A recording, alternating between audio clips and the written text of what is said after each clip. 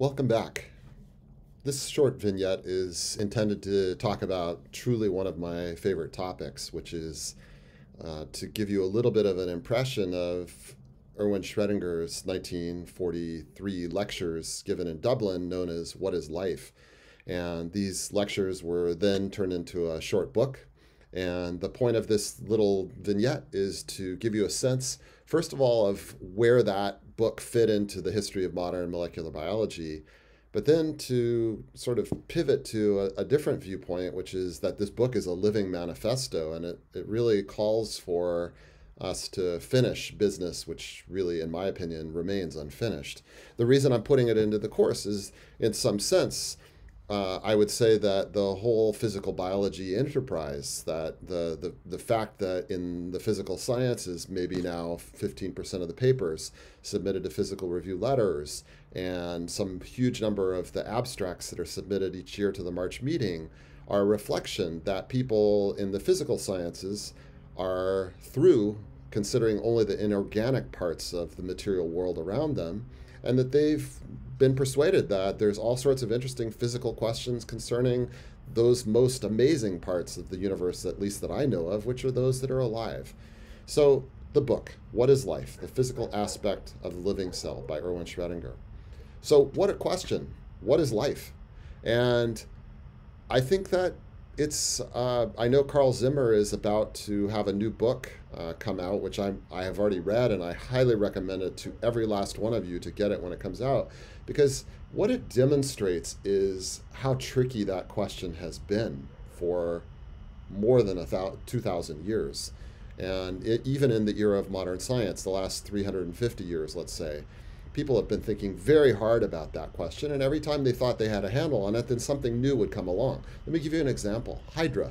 Hydra is bizarre, and the first time that it was observed, really, and I think I'll talk about that on the next slide, it was seen that it regenerates, and there's many other examples like this. So my point here is that each generation has really ultimately been full of confusion about what life is, and it's easy to think that we're special and that we've somehow got it figured out. But, if you read Carl's book, you'll see he has a section which is, in some ways, to me, incredibly disappointing, that had to do with what essentially was a bioinformatics study. What do I mean by that? I mean, somebody used data science. They went and combed through the data on the notion of life and how it's defined and tried to get some sort of consensus. And at the end of the day, I don't think consensus is the root. I think actually we will know when we've discovered what life is really properly, in the same way that we know what entropy is. So at any rate, here I give you some examples. In 1774, right at the time the United States was being founded, Bonaventura Corti discovered cytoplasmic streaming, which is apparently perpetual motion, flows inside of living organisms such as the large alga Cara, which we will talk about in this course. This second example is really something by Tremblay. And so this says, this is a memoir to give the history of a genre of polyps, and in the form of little cones. And this is referring to Hydra, and the thing that he discovered was their regeneration, which really blew people's minds. In his era, he was receiving requests for his materials in the same way that, when somebody makes a really excellent step forward in our era, they're going to get inundated with requests for the relevant DNA. In the upper right, I show you animal electricity. This is just to say that there was a big debate over what's the meaning of muscle action, or why could a dead frog's leg be reanimated, and so on. And then on the lower right, this is just to show that even one so great as Huxley was very confused. There was some ooze picked off the floor of the ocean in the Great Challenger expedition, and he thought that maybe it held the secret to life. Anyway, all this is just to try to give have a little bit of humility in the face of the question, what is life? And so what are the circumstances surrounding the authorship of these books? So interestingly, in the late 1930s, Schrödinger, who was Austrian, had to leave Austria. I don't think that he had an entirely clean picture of his relationship with the Nazis, and that's for you to find out about and make your own judgments on. But he left Austria, and he was recruited by the Prime Minister of Ireland to the Institute for Advanced Studies in Dublin. And while he was there, he was asked to give a series of lectures, and he chose to give lectures on what is life. He says, as you can see here, that these were the happiest years of his life, and he was there for 17 years. I think it's important to note Schrödinger's education was in Vienna and right after the death of Ludwig Boltzmann, and I think this is quite an amazing thing that he says in his autobiographical sketch. No perception in physics has ever seemed more important to me than that of Boltzmann, despite Planck and Einstein. Those are big words. Then he goes on to say, no other human being had a greater influence on me than Fritz Hassenhorl, except perhaps my father Rudolf. 5 courses over 4 years from Hassenhorl, and he says those influenced him more than anything else. Unfortunately, probably most of you have not heard of Hassenhorl. He's one of a number of people who was killed in World War I, so he really never came to his full maturity. And you know, I think people don't appreciate the role of biology in the life of Schrödinger. He was extremely devoted to his father. He was an only child. His dad was basically a botanist. And after his dad died, actually, Schrödinger talked about the nightmares he had that he had gotten rid of his dad's botany books. So he and his dad talked about all sorts of things, and he refers here to virtually devouring the origin of species and how he became an ardent Darwinist from then on. And so biology was a lifelong devotion of Schrödinger's. It was not some sort of passing thought by an amateur. I think that's really inappropriate to think of it that way. Note that at the same time that he was giving these lectures, he also wrote a book on statistical thermodynamics, again, sort of really indicating the role of statistical physics in his thinking. So I want to say a few words about the reception of the book, just because most of the time when we hear about Schrödinger's book, it's in the context of its role in inspiring some of the luminaries of modern molecular biology, such as Watson and Crick. So Crick here says it suggested, meaning the book, that biological problems could be thought about in physical terms, and thus it gave the impression that exciting things in this field were not far off. Seymour Benzer from Caltech, probably one of the most amazing people that I've met in my time at Caltech, he said, I had always had a latent interest in biology, but it was particularly Schrödinger's book that turned me on. And I think we need to remember, Benzer got his PhD he was an undergrad, and his PhD was in physics. He was an assistant professor in physics at Purdue University when he got bitten by the biology bug for good by reading Schrödinger. It's fun to see this letter that was written by Crick to Schrödinger, where he says, Watson and I were once discussing how we came to enter the field of molecular biology, and we discovered that we have both been influenced by your little book, What is Life? We thought you might be interested in the enclosed reprints. You will see that it looks as though your term, aperiodic crystal, is going to be a very apt one. Yours sincerely, F.H.C. Crick. Really something. Really interesting, I think. The reception to Schrödinger's book was not entirely positive, so Max Perutz had a very bad reaction to the book. He says, sadly, however, a close study of his book and of the related literature has shown me that what was true in his book was not original, and most of what was original was known to not be true even when the book was written. The apparent contradiction between life and the statistical laws of physics can be resolved by invoking a science largely ignored by Schrödinger. That science is chemistry. With all due respect to Perutz, I just don't agree with more or less anything that he said. And I certainly don't think that the science of chemistry is going to resolve some of the key issues that we're going to talk about in this course, whether it's the high fidelity of biological polymerization, the existence of adaptation, for example, the methylation that takes place in chemotaxis, the Berg per cell limit, and the list goes on and on. Active matter, it's just not, I'm not buying that at all. Linus Pauling also didn't have a very positive reaction to the book. He says Schrödinger's discussion of thermodynamics is vague and superficial to an extent that should not be tolerated even in a popular lecture. And there too, I'm sorry, but I don't agree, with all due respect to the genius that was Linus Pauling, and I will try to explain that as the course goes on.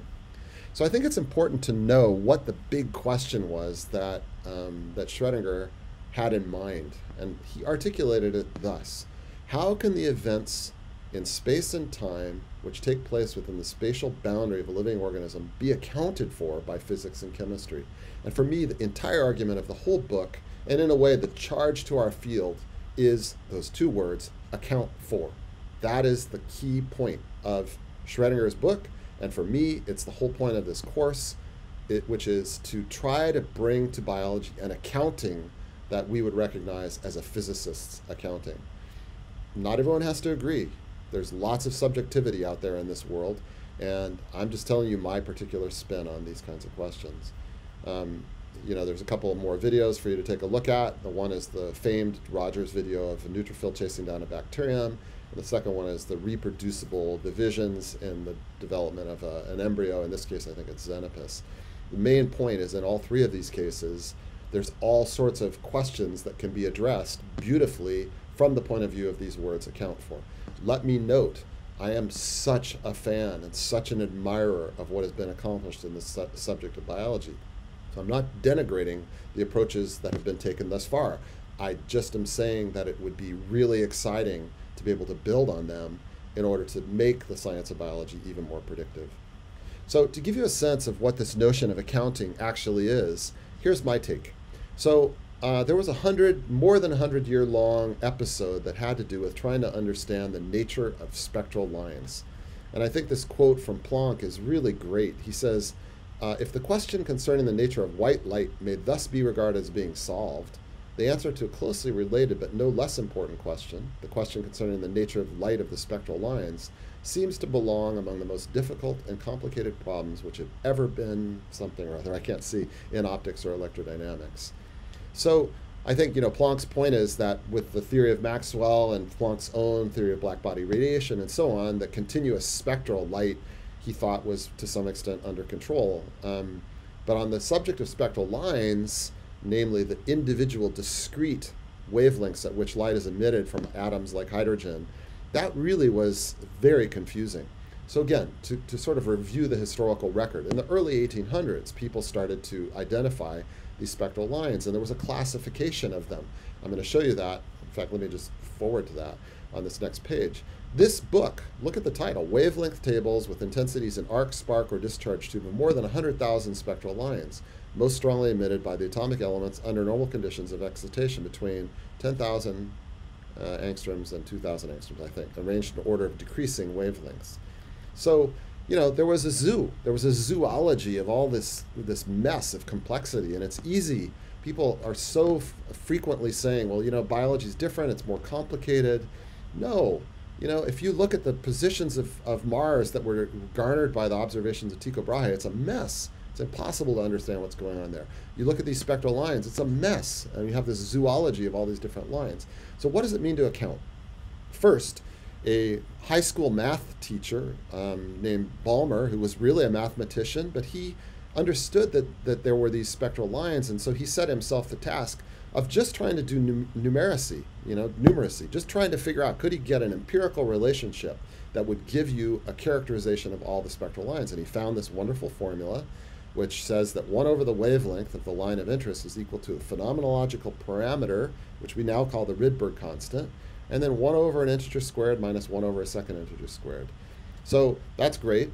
Niels Bohr had some original insights into this, but on the right I show you a page from Schrödinger's original papers on wave mechanics, and what you see is that he basically established a formula for the spectral lines, which amounts to transitions between different energy levels that were the result of solving a wave equation.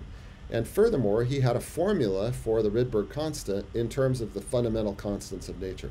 This is, to my mind, what it means to account for something, sort of using the laws of physics. And so, in this course, we're going to talk about signaling and gene expression, and I like this analogy. Maybe you won't, but I like this analogy between sort of the classification of spectral lines and the classification of proteins and pathways, and that the accounting in the context of spectral lines allowed us to say, okay, we think we understand these. And so I think that there's similar things that can be done in the context of signaling pathways. This notion that I started out with, about the complexity of answering the question, what is life, goes on to this day. So there, in a sort of humorous, tongue-in-cheek fashion in 2000, at the turn of the millennium, Mark Kirshner and John Gerhardt and Tim Mitchison wrote this really nice paper called Molecular Vitalism.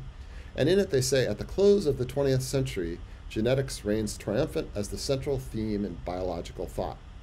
The sequence of the human genome is widely seen as the starting point for biological investigation in the next century, and the debate on the origin of life largely defines alive as equivalent to accurately transmitting a genetic blueprint. We do not question the importance of genetics, nor dispute the role of DNA as the blueprint for all the components of living systems, but we think it worth asking to what extent the post-genomic view of modern biology would convince a 19th century vitalist that the nature of life was now understood. How close are we to understanding how a single cell functions or how an embryo develops? If the answer is not so close, will true understanding of living systems come from further annotating the database of genes, or must we explore the physical-chemical nature of living systems? And you'll remember from an earlier vignette that I made this comment about the huge quantity of DNA sequence that we've already obtained, and the thrust that I'm offering here is that I think that Kirshner, Gerhardt, and Mitchison's hunch is absolutely right. It's certainly the bet that I've placed in my own research about what the next steps are to really getting a proper accounting for, to use Schrödinger's words. I just had a few more things that I wanted to say about the status of laws and principles in the context of biology. So, you know, as I already mentioned a few minutes ago, there's a lot of defense of the idea of lawlessness, a defense of biology being too complicated, or because it's the product of evolution and therefore historical science, one cannot reason about it in sort of rational, mathematical, predictive terms. And my sense is that careful physical analysis contradicts this defeatism at nearly every turn. So here I give you three different versions where very sophisticated, thoughtful people, two in books and the third in this paper by Ray Goldstein, are theoretical results. The abstract is wonderful, which is yes. And in all of them, they give us a vision of what it means to try to search for principles and lawfulness in the biological sciences. I love these words from Bill. We are trying to understand how the same forces that usually cause carbon-based materials to look like rocks or sludge can, under some conditions, cause some of this material to organize itself and walk or swim or fly out of the laboratory. What is special about the state of matter that we call life? How does it come to be this way? Different generations of physicists have approached these mysteries in different ways. So that's his definition of understanding. And really, those words could have been Schrödinger's himself. And I just love that. And I think that that's the design specification for what it means to account for phenomena. I wanted to just use a couple of what, to my mind, are really beautiful examples. And for a moment, let's just sit and watch this quietly.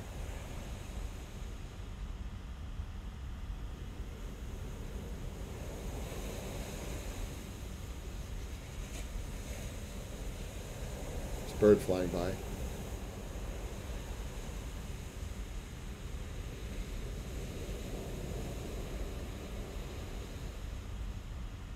The majesty and the mystery and the invitation to think carefully about a problem like this. So I refer to this as the sea lion green function, and the reason I think of that is because of the work of Heinrich Hertz. So Hertz, you might remember, is a physicist who died very young, but he was a theorist fundamentally, but he did the experiments which detected electromagnetic waves a la Maxwell, roughly 30 years after Maxwell had articulated those ideas. Another one of the things that he did is he worked out the theory of contact mechanics, and essentially what that amounts to is solving what's called the green function. It means figuring out what is the response to a point load on a half space. So if I apply a point load on a half space, I'm going to get deformations. The material is going to deform. Imagine poking on some jello. And what Hertz did is he figured out this so-called green function. I'm giving you an example of that in the upper right. It's a really cool thing to do. You can solve this using Fourier transforms, and maybe we'll talk about it later in the term. But the reason I show the picture here is just to note that exactly the Hertzian contact mechanics has been used by people like Claire Waterman and Margaret Gardell to measure the forces applied by motile cells as they push on a substrate. And all that I really wanted to get across by showing what I'm calling the sea lion green function is to note that when the sea lion swims into the school of fish, it's a kind of indentation. But the laws of material response are completely different than the laws of material response for an inanimate elastic material. So when Schrödinger was talking about new laws in what is life, he was questioning, does the physics of his day suffice to explain the life phenomenon? And I think his answer was no, it doesn't. And here I just wanted to point out that the number of ways of finding new laws, we could think about law with a lowercase l rather than a capital L, less ambitious, less broad in its view, but still very useful. You know, on the left I show you some of the very interesting laws having to do with flux and degree of disequilibrium. These are all sort of the same character, and they tell us that the flux will be linearly related to the degree of disequilibrium. On the right-hand side, I show you some ideas that we're going to use repeatedly in this term, which have to do with what I will refer to as the chemical master equation, or spread the butter, and has to do with trying to compute the probability distributions for all sorts of interesting space-time processes. And I want to encourage everybody to take a look at this video by Cavagna called The Seventh Starling, and it talks about the kinds of new laws which have come by virtue of trying to actually understand something that was already observed by Pliny the Elder in Rome, which is starlings flying over Rome. So finally, people have put together the right experiments and done the image analysis and measured the force laws between the birds. And my point is that, you know, there's something very interesting there. I'm not going to comment on this. So really, what is life? What is Schrödinger at 75? What does he have to tell us? One thing he has to say is, for it is in relation to the statistical point of view that the structure of the vital parts of living organisms differs so entirely from that of any piece of matter that we physicists and chemists have ever handled physically in our laboratories or mentally at our writing desks. And then, he says, there is just one general conclusion to be obtained from it, and that, I confess, was my only motive for writing this book. It emerges that living matter, while not eluding the laws of physics as established up to date, is likely to involve other laws of physics, hitherto unknown, which, however, once they have been revealed, will form just as integral part of this science as the former. So that's a beautiful call to arms to us to raise our standards, as I say, for what it means to understand something. And I want to finish by just thanking David Booth and Carl Zimmer, who've been really useful to me in thinking about these kinds of